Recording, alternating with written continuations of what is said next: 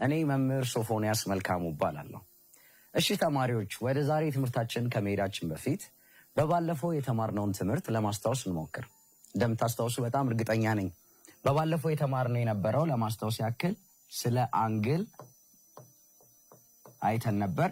ስለ አንግል እና የአንግል አይነቶቻቸውንም አይተን ነበረ።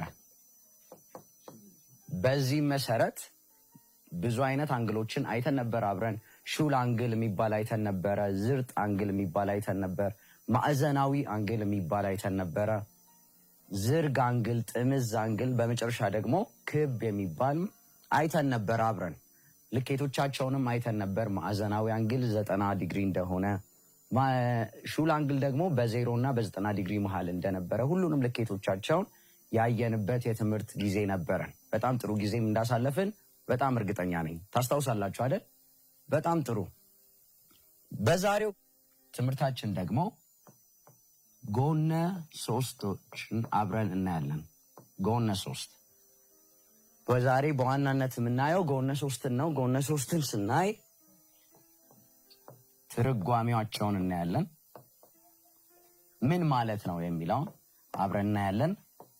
በመቀጠል የጎነ ሶስት ባህሪያትን እናያለን።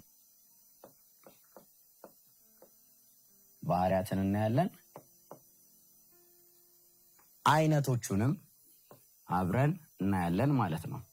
ስለዚህ በዛሬው ትምህርታችን እነዚህ ሶስቱን አብረን የምናይ ይሆናል። ትርጓሜያቸውን እናያለን፣ ባህሪያትን እናያለን፣ አይነቶቻቸውንም አብረን የምናሳልፍበት ጊዜ ይሆናል ማለት ነው።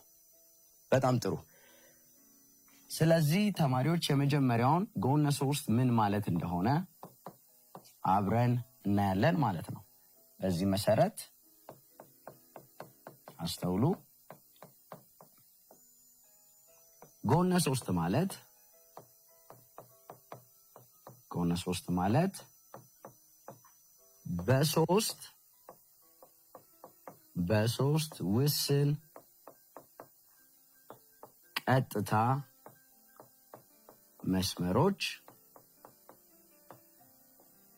በሶስት ውስን ቀጥታ መስመሮች አማካኝነት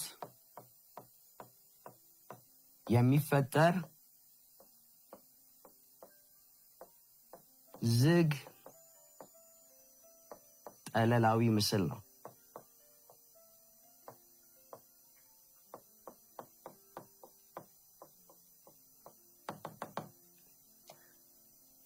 በደንብ አስተውሉ። ጎነ ሶስት ማለት በሶስት ውስን ቀጥታ መስመሮች አማካኝነት የሚፈጠር ዝግ ጠለላዊ ምስል ነው። ምስሉንም ለማየት ያክል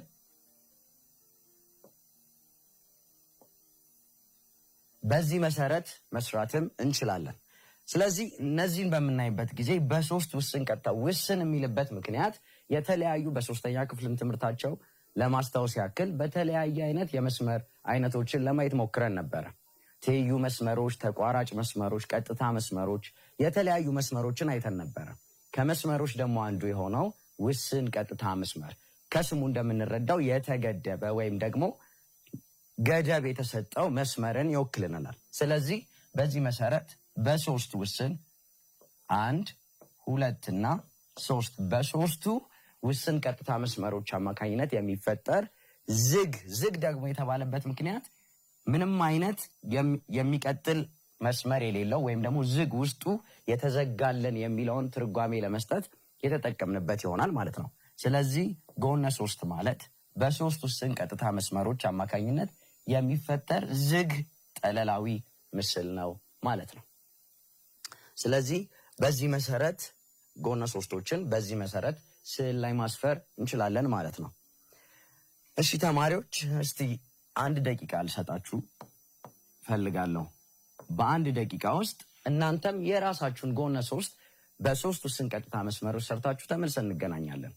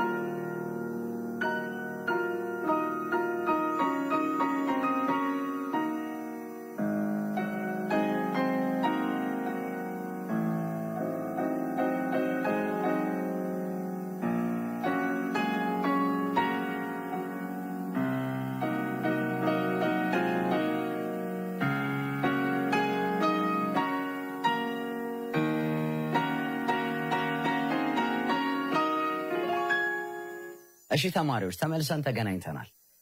በቤታችሁ እንደሰራችኋት እንደሞከራችሁትም በጣም ባለሙሉ ተስፋ ነኝ። ይህንንም ለመስራት እስራስ፣ ማስመሪያና ላፒስ ደግሞ በጣም ያስፈልገናል። ምክንያቱም በእስራስ በምንሰራበት ጊዜ ብንሳሳትም ስዕል ስለሆነ ለማጥፋት እንዲረዳን ማለት ነው። ስለዚህ ጎነ ሶስት ማለት በኋላም ስለምጠይቃችሁ በደንብ አስተውሉ። ጎነ ሶስት ማለት በሶስት ውስን ቀጥታ መስመሮች አማካኝነት የሚፈጠር ዝግ ጠለላዊ ምስል ነው ማለት ነው። በጣም ጥሩ። ትርጓሜውን ይህን ያክል ካየን የጎነ ሶስት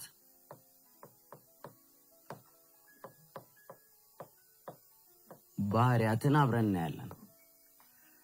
ጎነ ሶስት የራሱ የሆነው ባህሪያቶችን ይይዛል። ከነሱ መካከል አሁን ቀጥሎ የምናያቸው የጎነ ሶስት ባህሪያት ይባላሉ።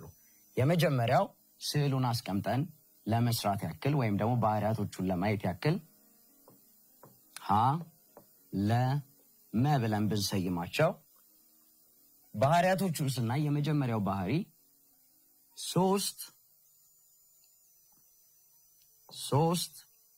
ጎኖች አሉት። የመጀመሪያው ባህሪው ሶስት ጎኖች አሉት። 1 2 3። የመጀመሪያው ባህሪው ጎነ ሶስት ጎኖችን ይይዝልናል።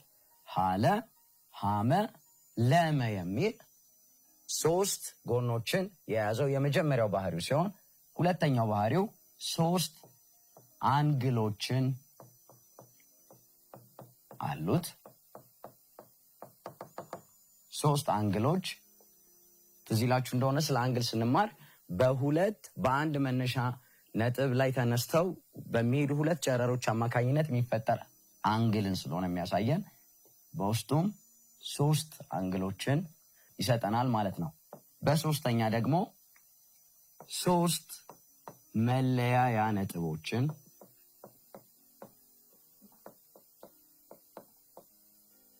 አሉት ማለት ነው። ስለዚህ የመጀመሪያዎቹ የምናየው ባህሪ ሶስት አንግሎች፣ ሶስት ጎኖች፣ በመጨረሻም ሶስት መለያ ነጥብ የምንለው የሚለያዩባትን ሶስት ነጥቦችን ይወክልናል ማለት ነው። እሺ ተማሪዎች የጎነ ሶስት ባህሪያትን ስናይ የመጀመሪያ ያየነው ሶስት ጎኖች አሉት። ይኸው ጎኖቹ ወይም ደግሞ ጎኖቹን እንዴት እንደምንሰይም አብረን የምናይ ይሆናል። በሁለተኛ ደግሞ ሶስት አንግሎች አሉት። አንግሎቹን ሶስቱን ቦታ ማየት እንችላለን። በመጨረሻም ሶስት መለያ ነጥቦችን እንዳሉት አይተናል። እነዚህንም ስንሰይማቸው ለምሳሌ ሶስት ጎኖች አሉት ስንል ጎኖቹ የሚሰጡን ውስን ቀጥታ መስመር ሀለ ሀመ እና ለመ ይሆናሉ ማለት ነው። ስለዚህ ስለ ጎኖቹ ስንሰይም ሀለ ለመ እና ሀመ የጎነ ሶስት ጎኖቹ ናቸው እንላለን ማለት ነው። ስለዚህ ጎኖቹን በዚህ መልኩ እንሰይማቸዋለን። በመቀጠል ሶስት አንግሎች አሉት ብለናል። ስለዚህ አንግሎች ይኸው 1 2 3 አንግሎች ስላሉት አንግሎችን ታስታውሱ እንደሆነ የምንጠቀመው ምልክት አለ። በዛም መሰረት አንግል ይህን ምልክት በመጠቀም አንግል ሀ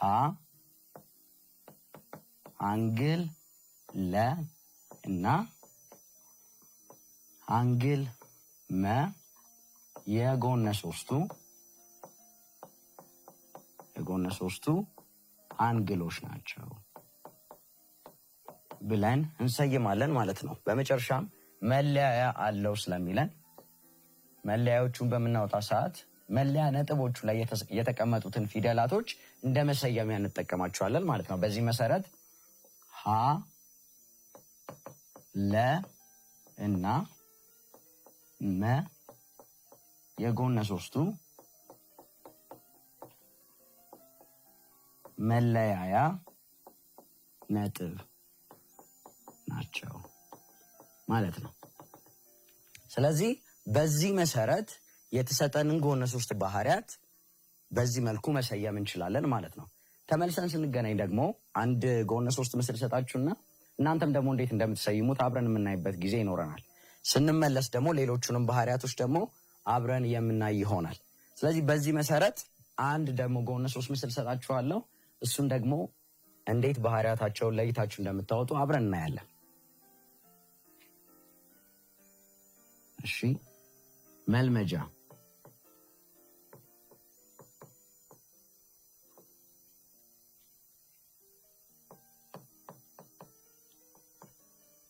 በተሰጣችሁ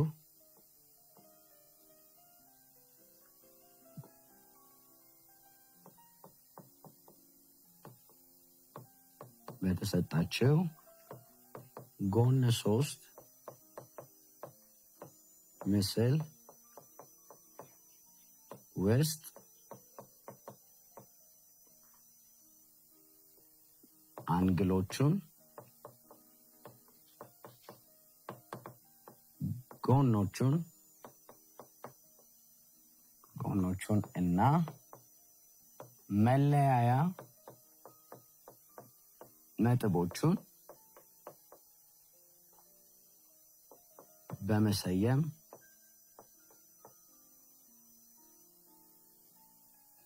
በመሰየም አሳዩ።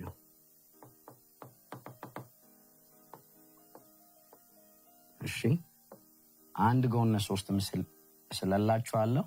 በሱም መሰረት ሀ ለ መ ብያለሁ። በዚህ መሰረት ትዕዛዙ ላይ እንደተጠየቅነው አንግሎቹን ጎኖቹንና መለያ ነጥቦቹን አውጥታችሁ በ2 ደቂቃ ውስጥ ተመልሰን እንገናኛለን ማለት ነው።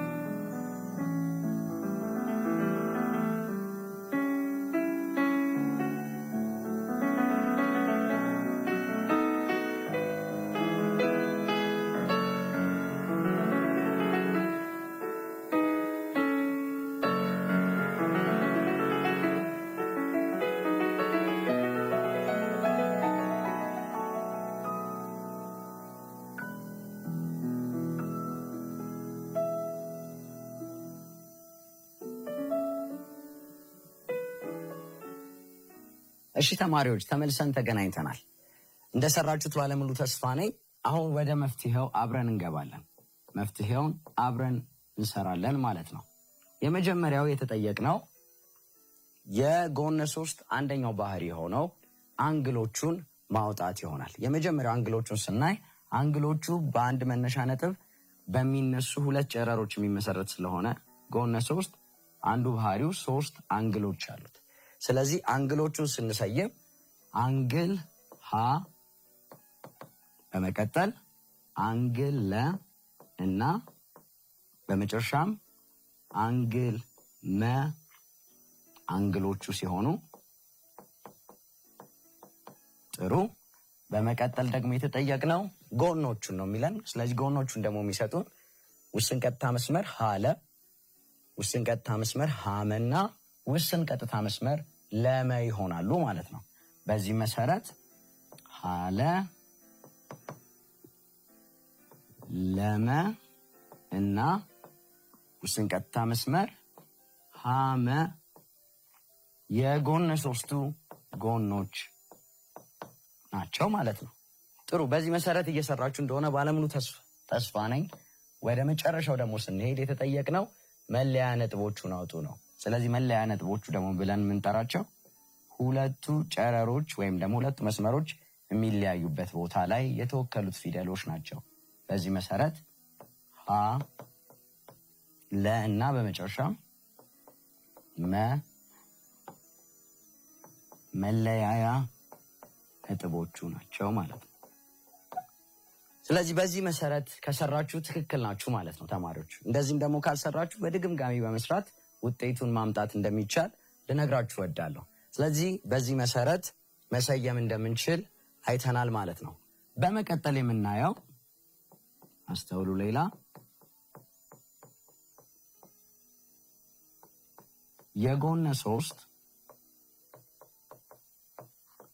ሁለቱ ጎኖች ተደምረው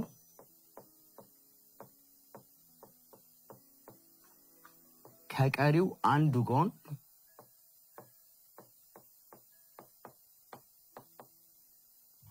ጎን መብለጥ አለባቸው።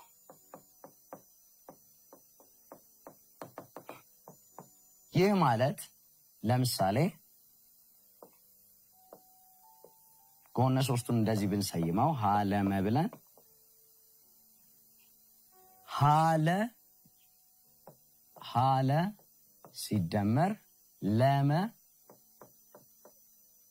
ይበልጣል ከሀመ መሆን አለበት።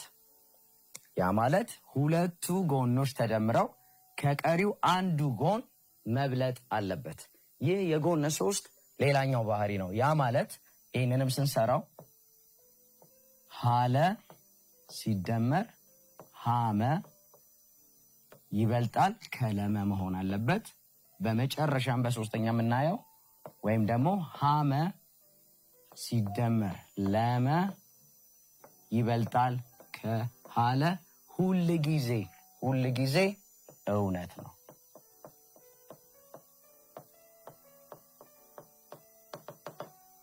እነዚህ በቁጥሮችም አድርገን ደግሞ አብረን እናያቸዋለን። ግን ይህ አንደኛው የጎነ ሶስት ባህሪ ነው። የጎነ ሶስት ጎን ልኬት መሆኑን ለማረጋገጥ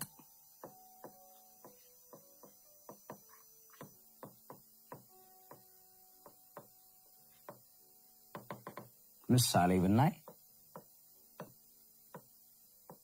ለምሳሌ 4 ሳንቲሜትር አንዱ ጎን 3 ሳንቲሜትር እና 5 ሳንቲሜትር ቢሰጡን እና የጎነ ሶስት ጎን ልኬት መሆኑን ለማረጋገጥ ብንጠየቅ ቅድም የሰራናቸው ወይም ደግሞ ለማስታወስ ያክል ሀለ ሲደመር ለመ ይበልጣል። እዚህ ጋር ምስሉን እንደሰራ ነው ሀ ለመ የሚል ስያሜ ብንሰጣቸው ሀለ ሲደመር ለመ ይበልጣል ከሀመ ባል ነው አሰራር ብናያቸው መፍትሄ ብለን ብንወስድ ምናደርገው 4 ሲደመር 3 ይበልጣል ከ5 የመጀመሪያው ማረጋገጫችን ነው። በዚህ መሰረት 4 ሲደመር 3 7 ይሆናል። 7 ይበልጣል ከ5። ስለዚህ ይሄኛው የመጀመሪያው ትክክል ይሆንልናል።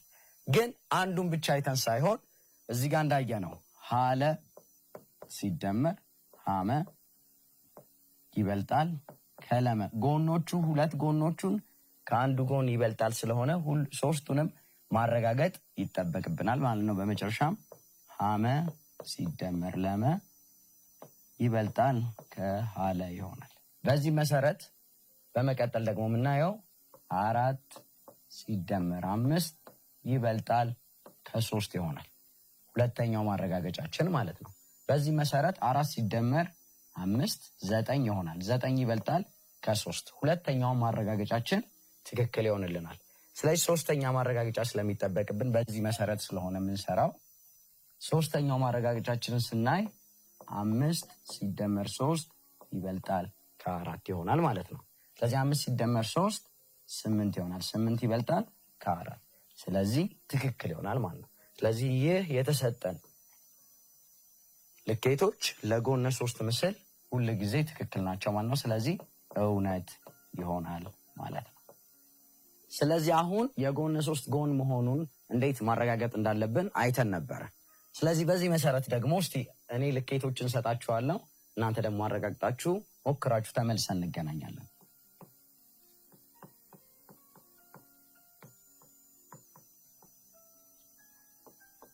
የሚከተሉትን የጎነ 3 ልኬቶች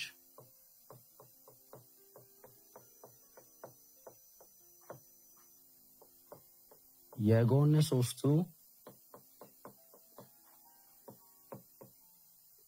ጎን ልኬት መሆናቸውን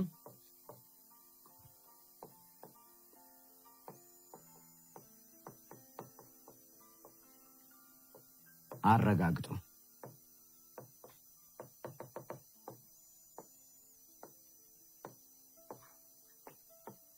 እሺ የመጀመሪያው 6 ሳንቲሜትር 3 ሳንቲሜትር እና 1 ሳንቲሜትር ሁለት ጥያቄዎችን ልስጣችሁ። የሚቀጥለው ደግሞ 4 ሳንቲሜትር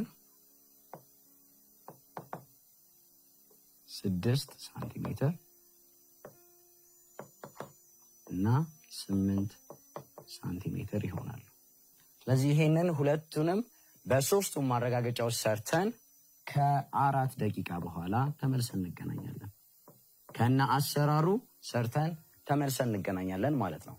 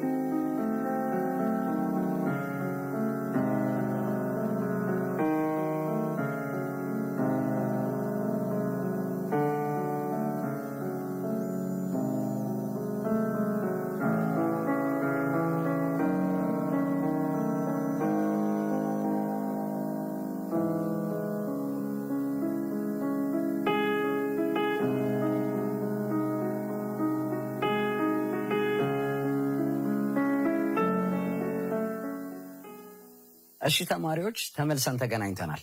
እንደሞከራችሁት ባለሙሉ ተስፋ ነኝ። አሁን ደግሞ አብረን የምንሰራ ይሆናል። ወደ መፍትሄያችን ስንሄድ የመጀመሪያውን ለማረጋገጥ የተሰጠን ያን አሰራር ማስታወሳችን ያስፈልጋል። ሁለቱ ጎኖች ተደምረው ከአንዱ ጎን መብለጥ አለበት። ሶስቱንም አሰራር እየሄድን አንዱ ላይ ቢሳሳትብን የጎነ ሶስት ጎን ሊሆን አይችልም ማለት ነው። በዚህ መሰረት ስንሄድ የመጀመሪያው 6 ሲደመር 3 ይበልጣል ከ1። በዚህ መሰረት 6 ሲደመር 3 9 ይሆናል። 9 ይበልጣል ከ1። ስለዚህ የመጀመሪያው ትክክል ሆኖልናል። በዚሁ መሰረት ሁለተኛውን ደግሞ እንቀጥል። አልጨረስንም፣ ምክንያቱም 3 ጊዜ ነው የምናረጋግጠው አንደኛውን። በመቀጠል ደግሞ 6 እና 1ን በመደመር ደግሞ 6 ሲደመር 1 ይበልጣል ከ3። ይህንንም በምንሰራበት ጊዜ 6 ሲደመር 1 7 ይበልጣል ከ3 ትክክል ነው ማለት ነው። የመጨረሻው ማረጋገጫችንን በምናይ ጊዜ 3 ሲደመር 1 ይበልጣል ከ6 ይሆናል። አስተውሉ ተማሪዎች፣ ሁለቱን አልፎልናል። የመጨረሻዋን ግን ማረጋገጫዋን ግን አብረን እናያታለን። 3 ሲደመር 1 4 ይሆናል። 4 ይበልጣል ከ6። 4 ከ6 አይበልጥም። ስለዚህ በዚህ መሰረት የመጀመሪያው ሐሰት ይሆናል ማለት ነው። የጎነ 3 ጎንን ሊወክልልን አይችልም። ምክንያቱም የጎነ 3ን የሚወክልልን አንደኛው ባህሪ ሁለቱ ጎኖቹ ተደምረው ከአንዱ ጎን መብለጥ አለባቸው። ሁለቱ ላይ ትክክል ሄዶልን በመጨረሻ ግን ሊበልጥ አልቻለም። ስለዚህ በዚህ መሰረት የመጀመሪያው ሐሰት ሆኖ እናገኘዋለን ማለት ነው። ወደ ሁለተኛው ደግሞ ስንሄድ ይህ ያሃ ነው።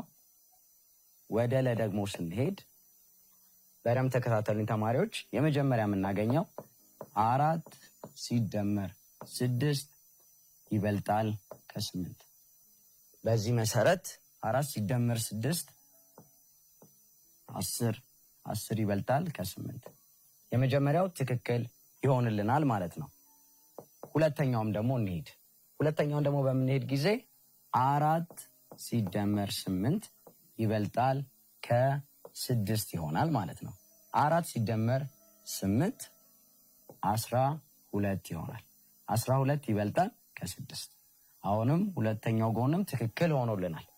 አንድ ይቀረናል። የመጨረሻውንም በምናይበት ጊዜ 6 ሲደመር 8 ይበልጣል ከ4 ይሆናል ማለት ነው። ስለዚህ በዚህ መሰረት 6 ሲደመር 6 14 ይሆናል። 14 ይበልጣል ከ4። ስለዚህ ሶስቱንም የማረጋገጫ መንገዶች አልፎልናል ማለት ነው። ስለዚህ የለ ጥያቄ እውነት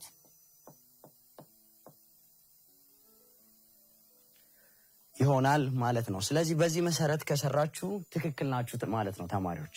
እንደዚህም ደግሞ ካልመጣ ሂሳብ በድግምጋሚ በመስራት ራሳችሁን እያሳደጋችሁ የምትሄዱበት የትምህርት አይነት ነው። ስለዚህ ወደሚቀጥለው ደግሞ ትምህርታችን እንሄዳለን ማለት ነው።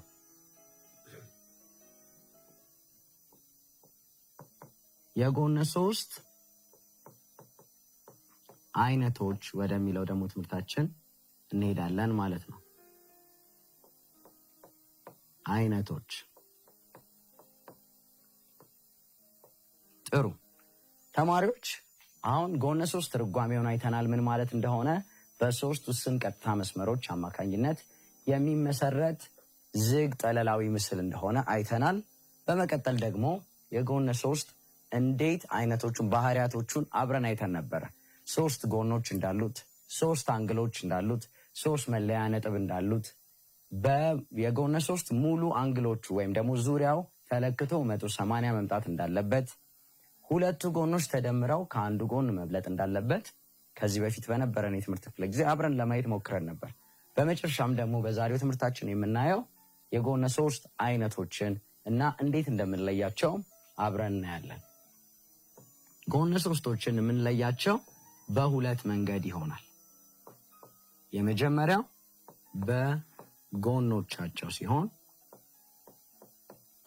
በጎኖቻቸው ሲሆን በመቀጠል ደግሞ የምንለያቸው በአንግሎቻቸው ይሆናል። ስለዚህ አንግሎችን በሁለት መልኩ መለየት ወይም ደግሞ አይነቶቻቸውን መለየት እንችላለን። የመጀመሪያው በጎኖቻቸው፣ በመቀጠል ደግሞ በአንግሎቻቸው። በጎኖቻቸው ስንል ጎኖቻቸውን የምንለውን ደግሞ በሶስት እንከፍለዋለን። የመጀመሪያው ሶስቱም ጎኖቹ ተመሳሳይ የሆኑ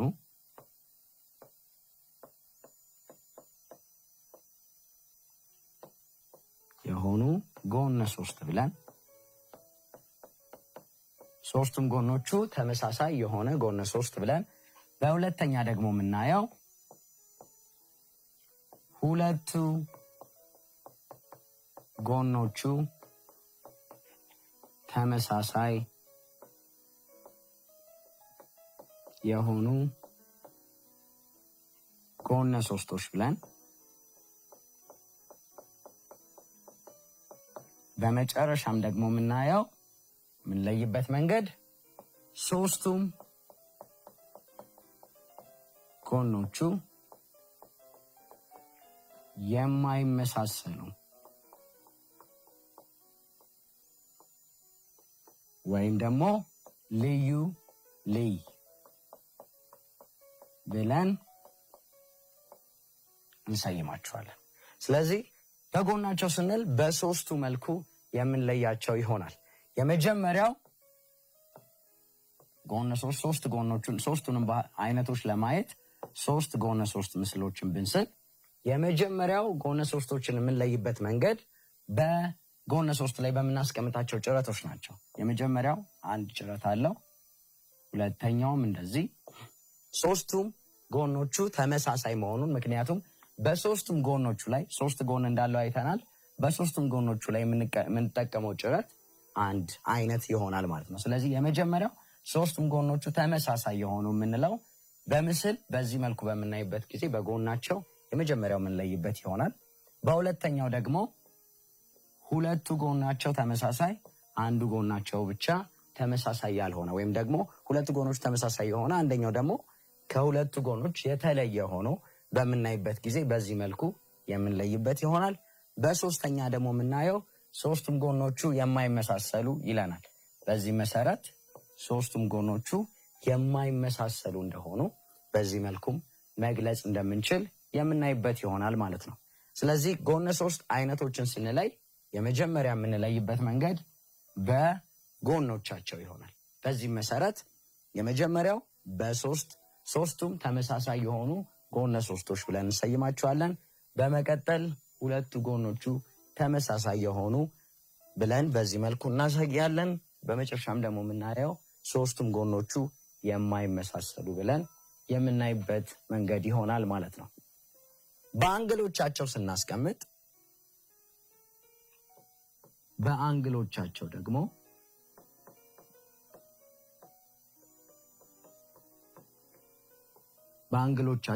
ስንል በአንግሎቻቸው ሶስት አንግሎቹን የምንጠቀም ይሆናል።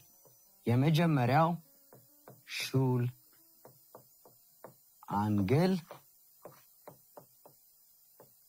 ጎነ ሶስት ብለን የምንሰይመው ይሆናል። በመቀጠል ደግሞ በሁለተኛ የምናየው ዝርጥ አንግል ጎነ ሶስት ብለን የምናስቀምጠው ይሆናል። በመጨረሻም ደግሞ የምናየው በአንግል ስንመድባቸው ማዕዘናዊ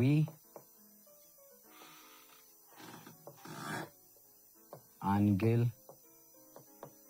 ጎነ ሶስቶች ብለን በሶስት አይነት እንወክላቸዋለን። ለማስታወስ ያክል በአንግል ትምህርታችን ጊዜ ሹል አንግል ልኬቶቻቸው በ0 ዲግሪ እና በ90 ዲግሪ መሃል ያሉ እንደሆነ አይተናል። በዝርጥ አንግል ላይ ደግሞ በ90 ዲግሪ እና በ180 ዲግሪ መካከል የምናገኛቸው እንደሆነ አይተናል። በመጨረሻም በማዕዘናዊ ደግሞ ያየነው 90 ዲግሪ ላይ የሆነ ይሆናል።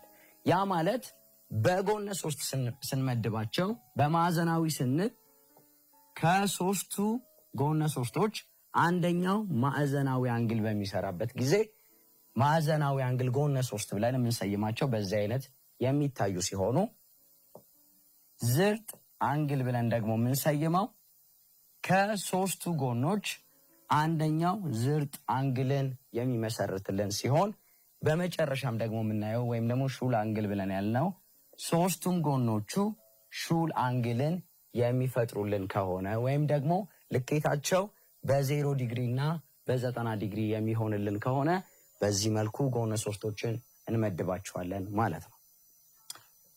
ጥሩ ተማሪዎች፣ ስለዚህ ዛሬ የተማርናቸውን ለማስታወስ ያክል እንሞክርና የቤት ስራ ሰጥቻችሁ የዛሬው ትምህርታችንን እንጨርሳለን። በዚህ መሰረት ማዕዘናዊ አንግል ወይም ደግሞ ጎነ 3 ምን ማለት እንደሆነ አይተናል። ጎነ 3 ማለት በሶስት ውስን ቀጥታ መስመሮች አማካኝነት የሚፈጠር ዝግ ጠለላዊ ምስል እንደሆነ አይተናል። በመቀጠልም ጎነ 3ቶች አይነቶቻቸውን አይተናል፣ ልኬቶቻቸውን አይተናል፣ ባህሪዎቻቸውንም አይተናል። ከባህሪዎቻቸው መካከል 3 አንግሎች ይኖሩታል፣ 3 ጎኖች ይኖሩታል፣ 3 መለያ ነጥቦች እንዳሉትም አይተናል። በመቀጠል ደግሞ ያየነው የሶስቱም አንግሎች ልኬት ተደምሮ 180 መምጣት እንዳለበትም አይተን ነበር። እሱ ብቻ አይደለም፣ ከሶስቱ ጎኖች 2 ጎኖች ተደምረው አንዱን ጎን መብለጥ እንዳለበትም በዛሬው ትምህርታችን አይተን ነበር። በመጨረሻም ያየነው የጎነ 3 አይነቶችን አይተን ነበር። አይነቶቻቸውንም ለመለየት የምንጠቀምባቸው የተለያየ መንገዶች የመጀመሪያው በጎኖቻቸው እንደሆነ፣ በመቀጠል ደግሞ በአንግሎቻቸው እንደሆነ አይተናል። በጎኖቻቸውም ስንል ሶስቱም ተመሳሳይ የሆኑ ጎነ 3ቶች ብለን እንደምንመድባቸው፣ 2 ተመሳሳይ ጎኖች ብለን እንደምንመድባቸው፣ በመጨረሻም 3ቱም ጎኖች የማይመሳሰሉ ጎነ 3ቶች ብለን እንደምንመድባቸው አየን። በአንግሎችም ጊዜ ደግሞ ስናይ ማዕዘናዊ አንግል ጎነ 3፣ ሹል አንግል ጎነ 3 እና ዝርጥ አንግል ጎነ 3 እንደምንልም አይተን ነበር። ጥሩ ተማሪዎች፣ ስለዚህ ዛሬ ትምህርታችን ይህን ይመስል ነበር። ከመለያየታችን በፊት ግን ቤቶቻችሁ የምትሞክሩት ከጓደኞቻችሁ ጋር የምትሞክሩትን የቤት ስራ አብረን እንሰራለን ወይም ደግሞ ሰጣችኋለሁ ማለት ነው።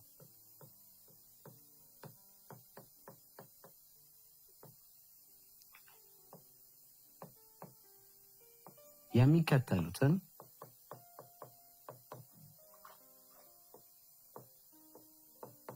የጎን 3 ምስሎችን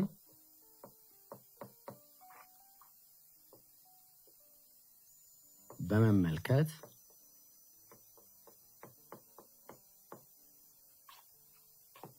ጎናቸውን፣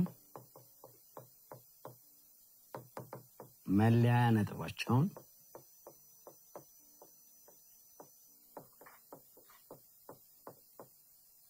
እና አንግሎቻቸውን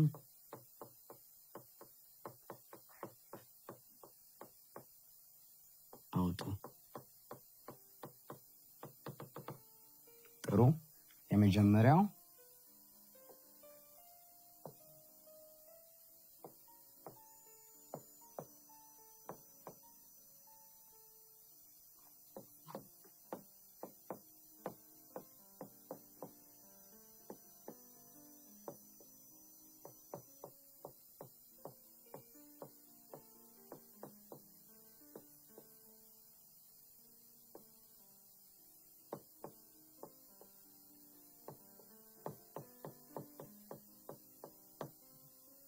አውጡ። ስለዚህ የመጀመሪያው ጥያቄያችን የተጠየቅነው በተሰጠን ምስል ላይ አንግሎቻቸውን፣ መለያ ነጥባቸውን እና ጎኖቻቸውን እናወጣለን ማለት ነው።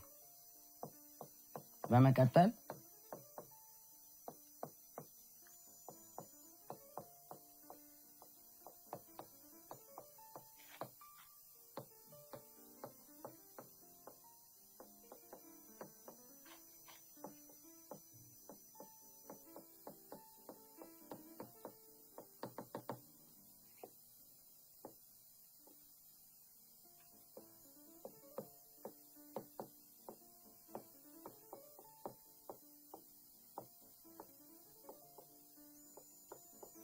ጎነ 3 ምን ማለት ነው?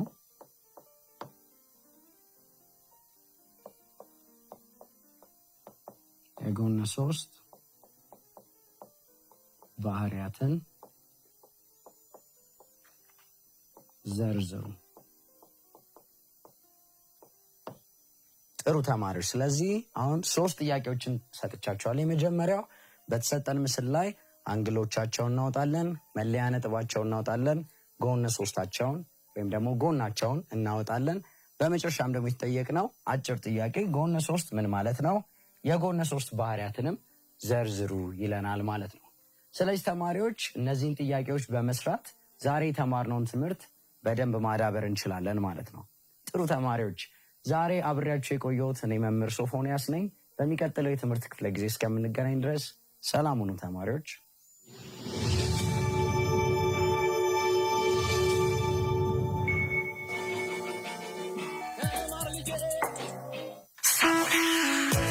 Master Kids African